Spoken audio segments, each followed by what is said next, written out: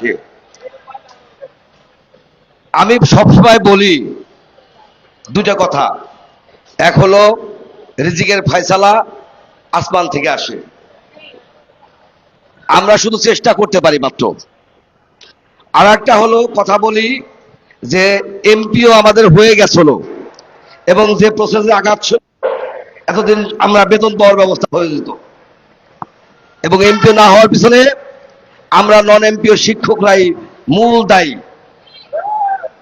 আপনারা বিভিন্ন সময় বিশ্লেষণ করেন, আমার এই কথার ব্যাখ্যা দরকার আলাদাভাবে জেনে নিয়েন যে বারবার আমাদের ফাইল সহজ করার জন্য, নীতিমালা সহজ করার জন্য এবং নিজের কতিপয় ব্যক্তির হীন স্বার্থ চরিতার্থ করার জন্য আমাদের এমপিও বিলম্বিত হয়েছে বা একটা পর্যায়ে আটকে গেছে।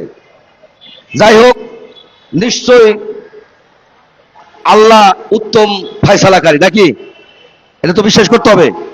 95% মুসলমানের দেশ, এখানে মনে হয় আমরা 2-4-5 জন হিন্দু থাকতে পারে, বাকিরা সব মুসলমান। আল্লাহ যখন সৃষ্টি করেন তখন রিজিকের ব্যবস্থা করে দেন, কিন্তু তারপরে নিজের চেষ্টার মাধ্যমে পরিবর্তন হতে পারে।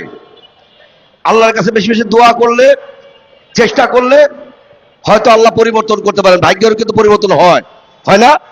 হয় কিন্তু।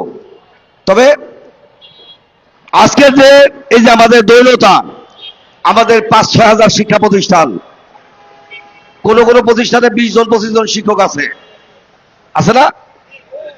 8-10 জনের নিচে নাই। কিন্তু আমাদের শিক্ষক সংখ্যা হবে হলো 70-80 হাজার, প্রায় 1 লক্ষ। আমরা বলি 50-60 হাজার 10 জন করে ধরলে, 10 জন ধরলে আমার জানা মতো অনেকে 30-40 জন শিক্ষক আছে। আমার কলেজে 25 জন শিক্ষক কর্মচারী, আমার কলেজে।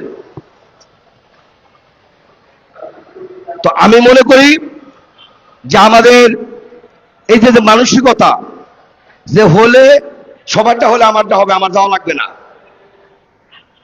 ঢাকা যাইতে 3000-5000 টাকা খরচ হয়, একদিন থাকলে 3000 লাগে, 2 দিন থাকলে আরো 1000-2000 বেশি লাগে, 1 সপ্তাহ থাকলে 10,000 টাকা খরচ হয়ে যায়। সুতরাং যাব না। এই যাব না করতে করতে আমাদের যদি এখানে 5-6 হাজার শিক্ষক হতো, সরকারে কিন্তু গুরুত্ব বেশি দিত, নাকি? তো আমি মনে করি এমপিও হবে, কিন্তু আমরা যে এই যে আমাদের ল্যাং মারার প্রবণতা, নেতৃত্বের প্রতিযোগিতা, চুরেতে পান ঘষলে খালি ভুল ধরে, খালি হিসাব চায়। এই যে এ পর্যন্ত আমার মনে হয় যে প্রায় 25-30 হাজার খরচ গেছে, 25-30 হাজার টাকা খরচ হয়ে গেছে 3 দিনে। এই টাকাটা কে কে দিচ্ছেন আমি জানি না, কিন্তু খরচ কিন্তু হয়। খরচ হয় না?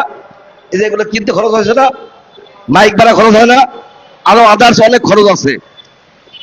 যাই হোক, আমি সংক্ষেপে একটা কথা বলতে চাই, যেটা হলো বর্তমান সরকার শিক্ষা বান্ধব সরকার।